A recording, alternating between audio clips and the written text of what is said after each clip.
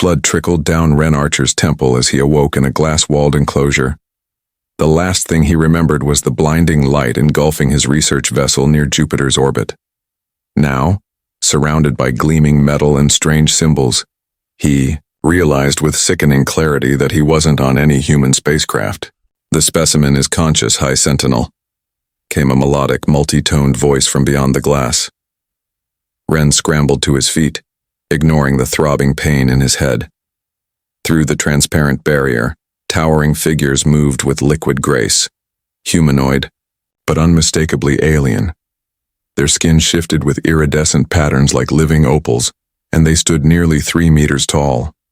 A female stepped forward, distinguished by elaborate crystalline adornments that seemed to grow from her shoulders and crown. Her eyes, 6 of them arranged in a delicate arc across her face, studied him with unnerving intensity.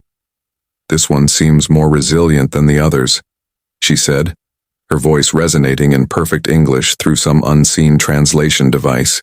"Interesting pigmentation. Unusual muscle density for such a fragile species." Ren's military training kicked in. "I am Commander Ren Archer of the Earth Space Coalition. Under Interstellar Convention," laughter like wind chimes interrupted him. "It believes itself to have standing," the female said, amusement evident. "How charming. Vazriel, you cannot seriously be considering I began another alien.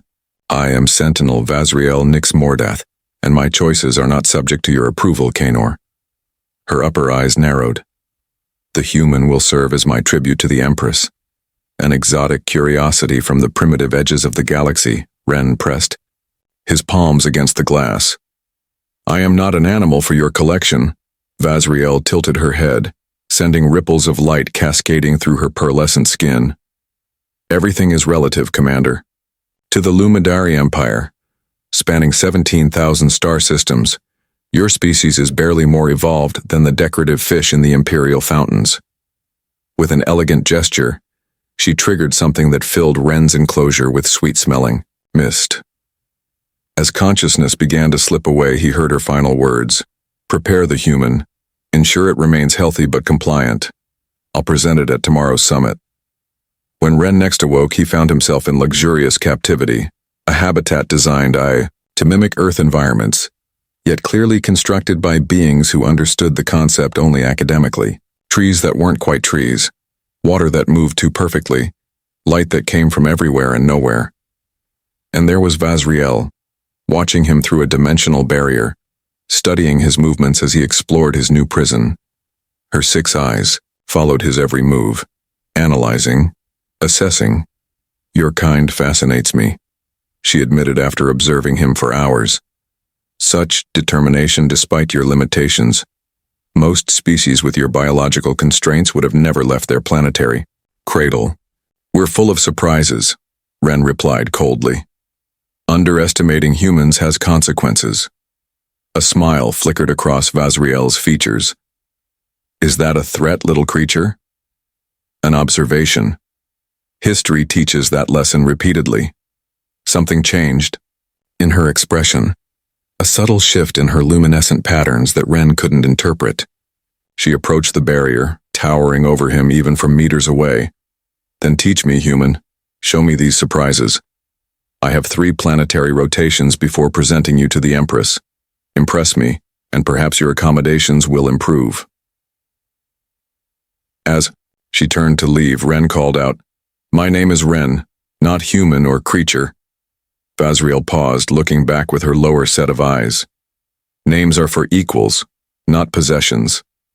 Yet as the barrier resealed, Ren caught her murmuring to herself, "Ren," testing the sound of it as though tasting something exotic and unexpected. He smiled grimly. It was a start. And for a prisoner millions of miles from home, facing an advanced civilization that viewed humanity as pets, it was the only advantage he had. Vazriel returned each day, her curiosity about her human pet growing with each visit. She'd planned to keep him docile with the behavioral suppressants her scientists had developed, but something about Ren's defiance intrigued her. Against protocol, she ordered the suppressants reduced. "Tell me about your Earth wars," she demanded. On the third day, projecting herself into his habitat through holographic technology so sophisticated, it seemed like magic. Ren sat cross-legged on the grass-like surface, maintaining a careful distance. Why? So you can learn our weaknesses? Your entire species is a weakness in the cosmic hierarchy, she replied, but without the dismissive tone she'd used before. I want to understand how beings so physically inferior managed to develop advanced technologies without genetic modifications. We adapt, Ren said simply. Humans face limitations by overcoming them, not circumventing them. Vazriel's skin rippled with patterns Ren was beginning to recognize as thoughtfulness. Elaborate. For hours, Ren explained human history, not just the wars she'd asked about, but the innovations born from necessity. How smallpox vaccinations led to modern medicine, how the space race transformed civilian technology, how competition drove innovation where cooperation might have stagnated. Fascinating, Vazriel murmured. Your species turns disadvantage into catalyst. The Lumidari would have simply edited out such biological vulnerabilities generations ago. And perhaps lost something essential in the process, Ren suggested. Her head tilted. Poetic, but illogical. The following day she appeared with data, crystals floating around her elongated fingers. I've been researching your cultural outputs, your fiction. Why do humans expend such effort creating narratives about things that never happened? Ren couldn't help laughing. That's what fascinates you, not our physics or mathematics? Those are primitive echoes of universal constants, she dismissed. But this obsession with imaginary scenarios, it seems uniquely human in its excess. Fiction helps us understand ourselves, Ren explained, moving closer to her holographic form. We explore possibilities, consequences, emotions. It's how we process existence. Inefficient, Vazriel commented. But her pattern shifted to what Ren now recognized as curiosity. On the fifth day, she brought him outside his habitat, for the first time, fitting him with a translation medallion and atmospheric regulator. The Lumidari vessel was vast beyond comprehension, a city-sized structure of flowing architecture that defied Euclidean principles. The Empress arrives tomorrow, Vazriel said as they walked through gardens filled with plants from 100 worlds. You will be presented as my tribute. And then what? Ren asked quietly. Vazriel's patterns dimmed slightly. Then you belong to her collection, the fate of your crew. My crew lives? Ren stopped walking, heart pounding, in various habitats throughout the Imperial menageries. She gestured dismissively. The Empress distributes specimens among her favorites. For the first time since his capture, hope flared in Ren's chest. If his people lived, there was a chance. Always a chance. That night, alone in his habitat, Ren meticulously reviewed everything he'd learned about Lumidari society from Vazriel's lessons. Their hierarchical structure, their aesthetic-based caste system, their biological dependence on certain radiation frequencies, and most importantly, their fundamental blindness to the possibility that a lesser species could ever become a threat. The Imperial Summit transformed the Lumidari vessel into a kaleidoscope of living light. Dignitaries from across their vast empire converged, each more otherworldly than the last. Some appeared nearly humanoid, others defied comprehension, beings of living crystal, sentient gas clouds contained in mechanized shells, and entities that seemed to exist partially in dimensions Ren couldn't perceive. Vazriel had dressed him in a garment that shifted colors with his movements, an artifact that probably contained more computing power than all of Earth's supercomputers combined, used merely for aesthetic appeal. Remember the protocol, she instructed as they approached the grand concourse. Speak only when addressed directly by the Empress. Make no sudden movements. Your existence here is a privilege, not a right. Ren nodded obediently, but his mind raced with calculations and observations. The atmospheric regulators, the gravitational adjustments for different species, The security protocols that seemed oriented toward controlling rebellions from within, not threats from without. All weaknesses. For those who knew where to look. The Empress herself proved more alien than Ren had anticipated, where other Lumidari had 6 eyes arranged horizontally. Hers spiraled across her entire face. Dozens of gleaming orbs that moved independently, taking in everything at once. Her body seemed to phase between solid and energy states, and the crown she wore bent light around it in impossible patterns. Sentinel Nix Mordath, the Empress acknowledged as Vazriel bowed deeply. Your tribute arrives at an auspicious moment. The Conclave deliberates the fate of this sector, including the primitive world this specimen hails from. Ren felt Vazriel stiffen beside him. Earth is under consideration, Radiance. For harvesting, the Empress confirmed casually. Its star's position makes it ideal for a dimensional anchoring point. The indigenous life will be cataloged and preserved in representative numbers, of course. Horror flooded through Ren. Earth, scheduled for destruction like it was nothing more than an inconvenient asteroid. This specimen, Vazriel said carefully, has demonstrated remarkable cognitive abilities, perhaps worth further study before implementation of the harvesting protocol. The Empress's multitude of eyes swiveled toward Ren. It is merely displaying baseline adaptability common to all survival-oriented species, nothing that warrants special consideration.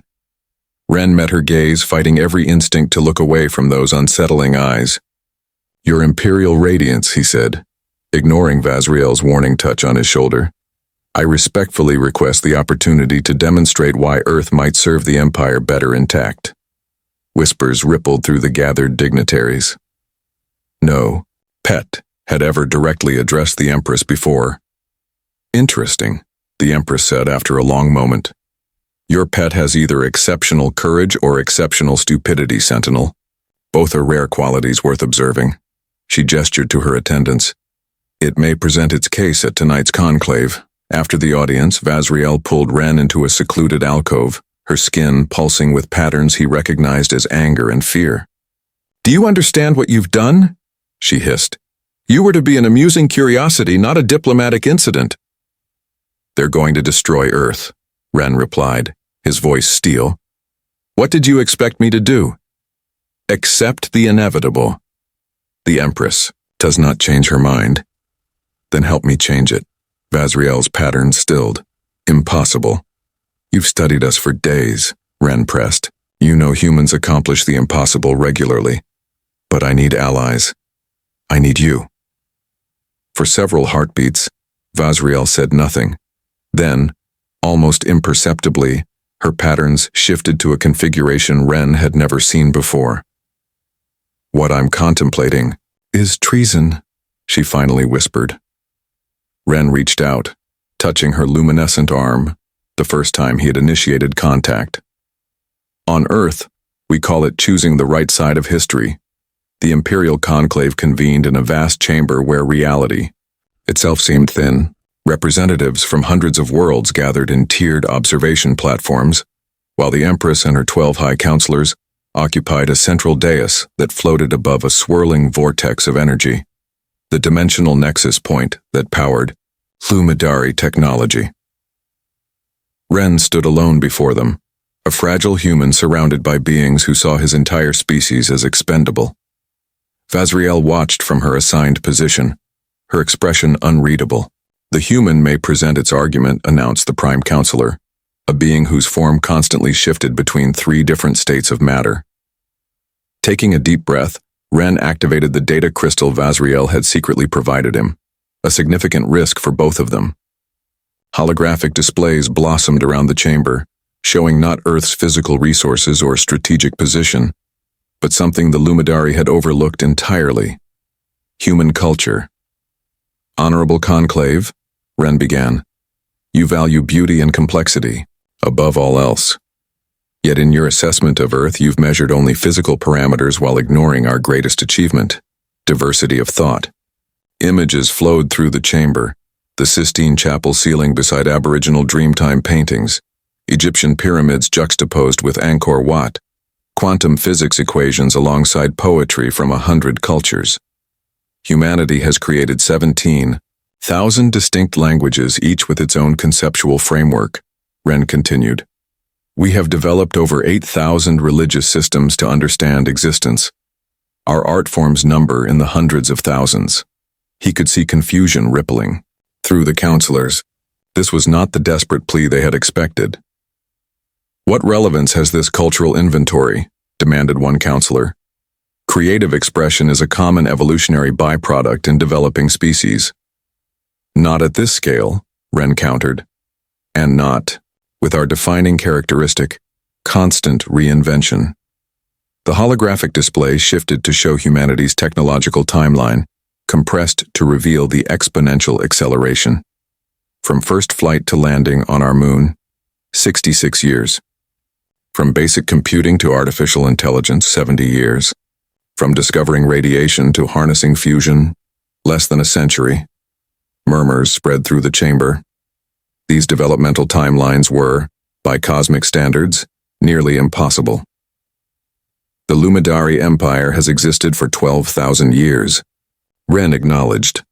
In that time, your basic technological paradigm has remained stable. Refined, perfected, but fundamentally unchanged. The Empress's spiral of eyes narrowed. You dare criticize the pinnacle of galactic development? I offer perspective, Ren replied carefully. Earth represents something unique, evolutionary, pressure-creating cognitive adaptation at unprecedented rates. Destroy us and you lose a resource that exists nowhere else in your empire. What resource? Asked a counselor skeptically. The capacity to think differently, Ren said simply. To find solutions where none should exist. To create possibilities. Your civilization has never imagined. The Empress rose, her form shifting between states as she approached Ren. Bold claims require evidence, human. Ren met her gaze steadily. Then allow me to provide it. Challenge me. Present a problem your civilization has been unable to solve. Silence fell across the chamber. Then, slowly, the Empress turned to her council. The void-born incursion. If the human can offer even theoretical insight where our greatest minds have failed for centuries, perhaps its species merits preservation.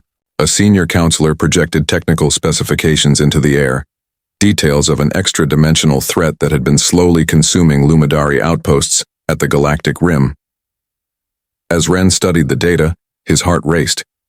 The solution was there, not in the Luminary's sophisticated but rigid thinking, but in the theoretical work Earth's physicists had been exploring for decades.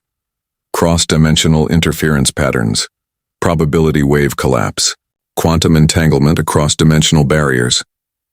For the next hour, Ren outlined an approach that had never occurred to the Luminary, not because they lacked intelligence, but because their entire civilization thought along the same carefully cultivated pathways.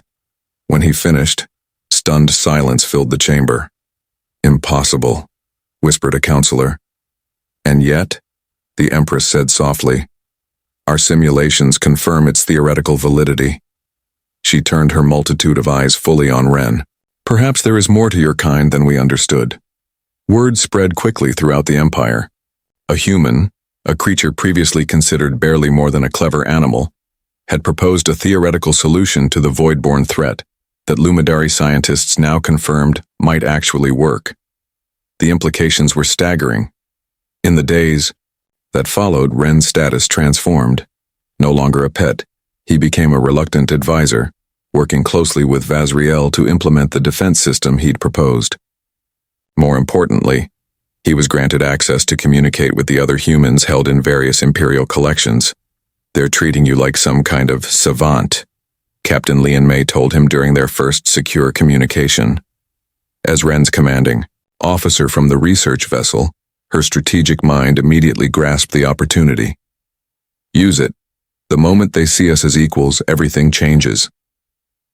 I'm working on it, Ren assured her, but I need more time. Time came at a price. Each day, Ren demonstrated more human innovations, carefully selecting which technologies to share, enough to maintain his growing influence, but nothing that could be weaponized against Earth if the Luminary changed their minds. Vazriel remained his closest ally, though her position grew increasingly precarious. Helping Ren meant challenging millennia of imperial doctrine about species hierarchy. "The Genetic Council has requested permission to study your DNA," she informed him one evening as they worked in her private laboratory. "They believe your cognitive architecture might contain properties worth incorporating into the next generation of lumidary evolution." Ren looked up sharply. "You'd genetically modify yourselves with human traits?" "It would be unprecedented," she admitted, her patterns shifting with subtle embarrassment. "But the void-born solution you proposed has forced many to reconsider our assumptions." "And what do you think?" Ren asked quietly.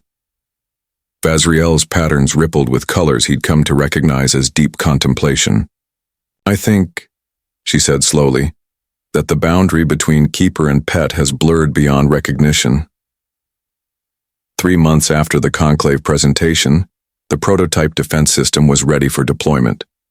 Representatives from across the Empire gathered to witness the activation and to see the human whose insights had made it possible. The Empress herself presided over the ceremony, her multitude of eyes fixed on Ren as he made final adjustments to the quantum interface. "Today marks a new chapter in Imperial history," she announced to the assembled dignitaries. "We acknowledge the unexpected contribution of Earth's humans and hereby reclassify their species as Category 3 sentience, entitled to protectorate status. A significant concession, but not enough.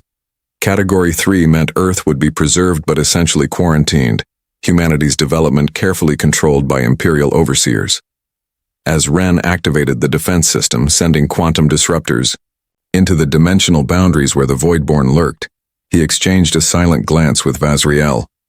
Her subtle nod confirmed what they had planned in secret was ready. The defense system powered up, and simultaneously, through modifications Ren had hidden within the design, transmitted a specially coded signal to every human captive throughout the Empire. The message contained precise instructions and technical specifications they had spent months secretly developing. "What is happening?" demanded the Empress as alarms began sounding throughout the vessel. Ren straightened, facing her directly. "Evolution," he answered simply. Across the Empire, 273 captured humans simultaneously activated hidden subroutines in the lumidary environmental systems they'd been studying for months. Not attacking, that would have been futile, but revealing. Holographic displays activated in every Imperial chamber, showing the complete research data Ren and the other humans had compiled, including the fundamental flaw in lumidary biological engineering they had discovered. "Your species modified itself for beauty and longevity," Ren explained as the Empress's patterns shifted to what he now recognized as shock. "But in doing so, you engineered out the very adaptability that defines life itself. Each generation is more perfect, more identical, and less capable of true innovation." Vazriel stepped forward, taking her place beside Ren. "The human speaks truth, Radiance. I have verified his findings independently. The Empire isn't stagnating by accident. We designed ourselves into an evolutionary dead end." "This is treason," hissed a counselor. "This is survival," Vazriel countered. "The Voidborn are merely the first existential threat. There will be others our perfect, unchanging minds cannot overcome, unless we learn from species like humanity." The Empress's swirling eyes fixed on them both, the human and the lumidary who stood as equals. For a long moment, the fate of two civilizations hung in the balance. Part 6. Ascension. 1 year later, Ren stood on the observation deck of the Imperial flagship watching as Earth came into view, blue and white and achingly beautiful from orbit. Beside him, Vazriel's luminescent form shifted with patterns he now recognized as emotion too complex for simple translation. "Nervous?" she asked, her voice carrying the multi-toned resonance that once seemed so alien to him. "They're going to say I betrayed humanity by negotiating the alliance," Ren admitted. "Many wanted complete independence, not partnership." Vazriel's upper eyes focused on the approaching planet, while her lower set remained on him, a divided attention that had once seemed disconcerting but now felt natural. "You gave them something far more valuable than isolation," she said. "You gave them the stars." The terms of the Earth-Lumidari Covenant had been meticulously crafted over months of negotiation. Earth would maintain full sovereignty while gaining access to interstellar technology, phased in over decades to prevent societal disruption. In exchange, humanity would contribute its unique cognitive approaches to the pressing challenges facing the Empire. Most revolutionary of all, the Covenant established the first-ever collaborative evolution protocol, a program where humans and Lumidari would work together to develop complementary strengths without erasing their fundamental differences. "The delegation is ready for transport," announced Captain Leon May, now serving as Earth's first ambassador to the Lumidari. She gave Ren a respectful nod. "They're still calling you the human king in the outer systems, you know." Ren grimaced. "I've told them to stop." "Titles often choose their bearers, not the reverse," observed the Empress as she glided onto the observation deck, her spiral of eyes taking in the scene. Where once she had viewed Ren as a curious pet, she now addressed him as an equal. "The Conclave has ratified your nomination to lead the new Joint Research Initiative. With Vazriel as co-director," Ren stipulated firmly, "as agreed." The Empress's form shimmered. "Though many still consider it unprecedented."